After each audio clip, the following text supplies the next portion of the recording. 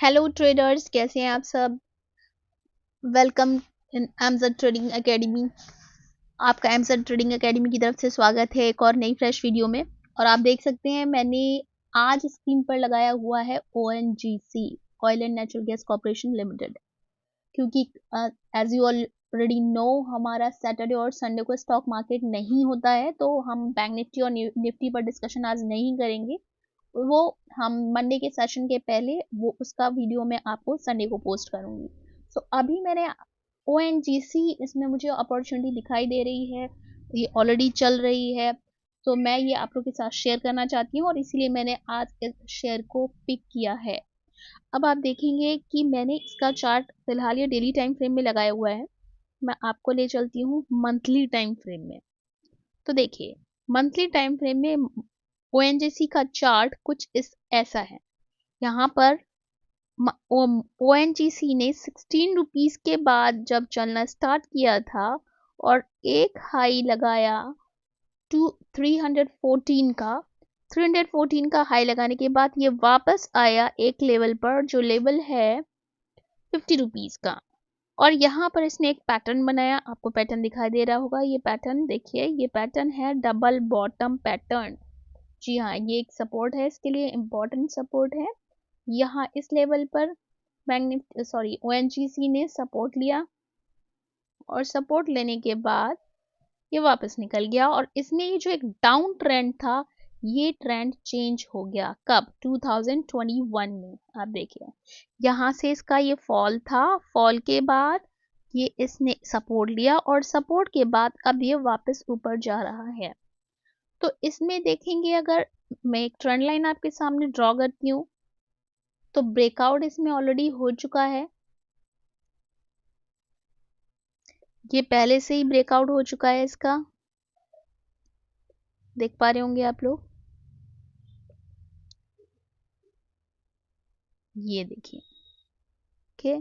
तो ये लेवल का ब्रेकआउट ये इसने पहले ही कर दिया है। अब आप देख रहे हैं ये मंथली टाइम फ्रेम है और इसके बाद से ये लगातार ऊपर ही जा रहा है। आप देखें, ये कैंडल देखिए यहाँ पर, इसके बाद से ये ऊपर ही जा रहा है।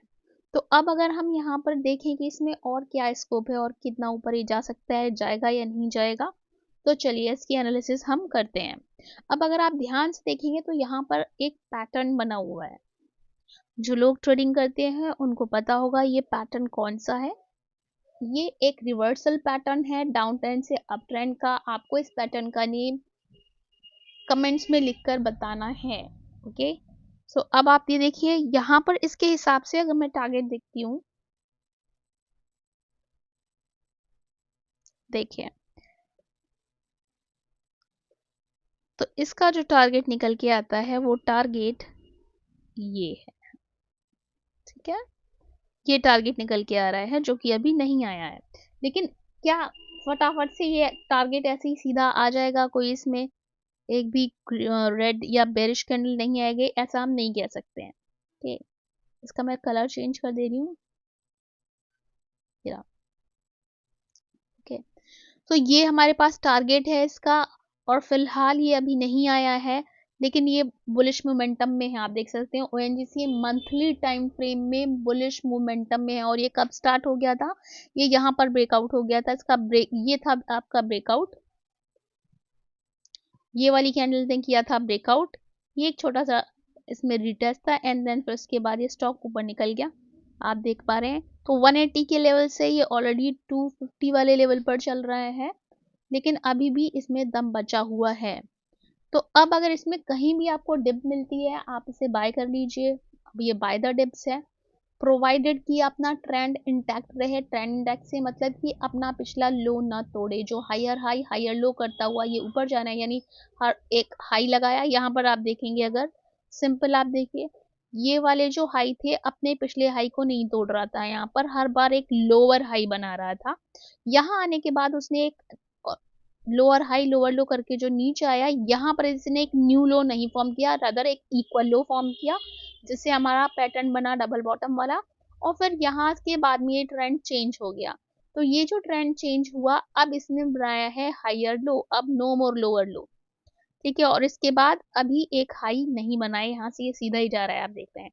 तो जब भी यहाँ पर आपको डिप मिलता है और वो डिप के बाद जब रिवर्स होता है वापस ऊपर की तरफ घूमेगा, लेकिन आपको देखना है कि वो लो आपका हायर लो होना चाहिए और ये जो ट्रेंड लाइन मैंने ड्रॉ की है इसके अंदर नहीं आना चाहिए वापस। इसके अंदर आने का मतलब है कि ये ब्रेकआउट फेल हो चुका है। ओके, तो अगर आपको इसके आसपास कहीं डिप मिलती है तो आप वहां पर बाइंग के लिए देख सकते हैं। आपका एसएल क्लियर है, इस लाइन के इस ट्रेंड लाइन के अंदर नहीं आना चाहिए। डिपेंड कितनी डिप मिलती है आपको, डिप के बाद जो भी आपकी बुलिश कैंडलस्टिक पैटर्न बनेगा, कुछ भी हो सकता है कि ये बुलिश एनगल्फिंग बने, हो सकता है कि मॉर्निंग स्टार बने, तो उसके हिसाब से भी आप अपना एसएल लेकर चल सकते हैं। एंड फाइनल एसएल आपका ये रहेगा, ये ट्रेंड लाइन के नीचे वाला लेवल। ओके, तो अब यहाँ से ये ऊपर जा रहा है, ऑलमोस्ट इसने काफी अच्छा कवर कर लिया है। डिप देगा या नहीं नोबडी नोज, लेकिन अगर मार्केट सपोर्ट करता रहेगा तो इसके लिए जो फर्स्ट टारगेट रहेगा, आप छोटे छोटे स्मॉल टारगेट लेके चल सकते हैं। आप जानते हैं कि गवर्नमेंट शेयर है, ये बहुत ज्यादा एक दिन में नहीं बढ़ते हैं, तो आप भी अपने छोटे छोटे टारगेट्स लेकर चलिएगा। मैं आपको डेली टाइम फ्रेम में भी ले जाके दिखाऊंगी कि ये एक वन डे में कितना मूवमेंट होता है इसमें। ओके, तो ये आप देखिए, फर्स्ट टारगेट आप रख सकते हैं ये वाला। देन सेकंड टारगेट आप इसमें लेकर चल सकते हैं, मैंने कैंडल की बॉडी ले रही हूँ यहाँ पे।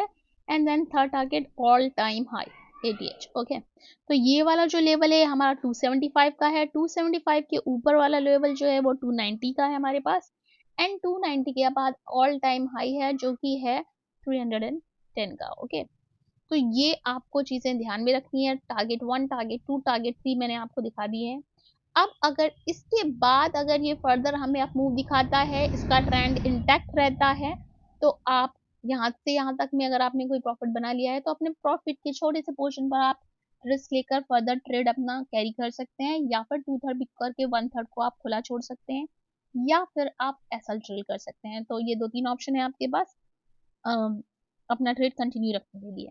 ठीक है, तो इक्विटी के लिए काफ़ी अच्छा है, इसमें आगे आपको अच्छा मूव देखने के लिए मिल सकता है और ये वैल्यू बाय रहेगा, अच्छा रहेगा। आप यहाँ पर देखें कि ये मैंने target 1, target 2, target 3 small targets मैंने आपको दिए हैं, बट यहाँ पर मैंने आपको ऑलरेडी ड्रॉ करके दिखाया कि इसका जो टारगेट है वो इस ऑल टाइम हाई से भी ऊपर है। ये वाला टारगेट है इसका।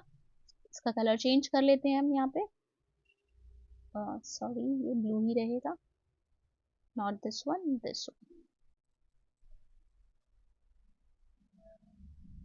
ठीक है, तो ऑल टाइम हाई के ऊपर हमारा टारगेट निकल के आ रहा है। तो ये मैंने देखी एनालिसिस की इसकी मंथली टाइम फ्रेम में, और ये अच्छा वैल्यू बाय हो सकता है आगे आने वाले टाइम में। अब अगर हम इसको देखते हैं हाइकेनेशी कैंडल लगाकर, क्योंकि देखिए जो हमारे पास नॉर्मल ये जो हमारी कैंडल होती है इसमें कुछ नॉइज भी होता है। आप यहाँ पर देखें, ये वाला मूव आप देखेंगे छोटी छोटी छोटी छोटी कैंडल्स बनी है, बीच में कुछ न्यूट्रल कैंडल भी बनी है। बट अगर यही मूव मैं आपको हाइकेनेशी कैंडल में दिखाऊं, ये देखिए क्लियर, बिल्कुल एकदम क्लियर है।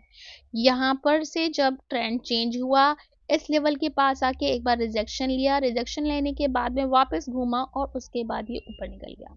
बट इसमें ये एक नोटिस करने वाली दो बातें हैं। पहली बात ये है कि ये यहाँ से सीधा जा रहा है, अभी कोई रीटेस्ट, ये जो लेवल ब्रेकआउट हुआ है इसका कोई रीटेस्ट नहीं दिखाया है इसने। हम एक बार वापस नॉर्मल कैंडल में जाकर देखेंगे। ओके, सो एज सच कोई रिटेस्ट, ऐसा कोई बड़ी कैंडल नहीं दिखाई दे रही है मंथली टाइम फ्रेम में।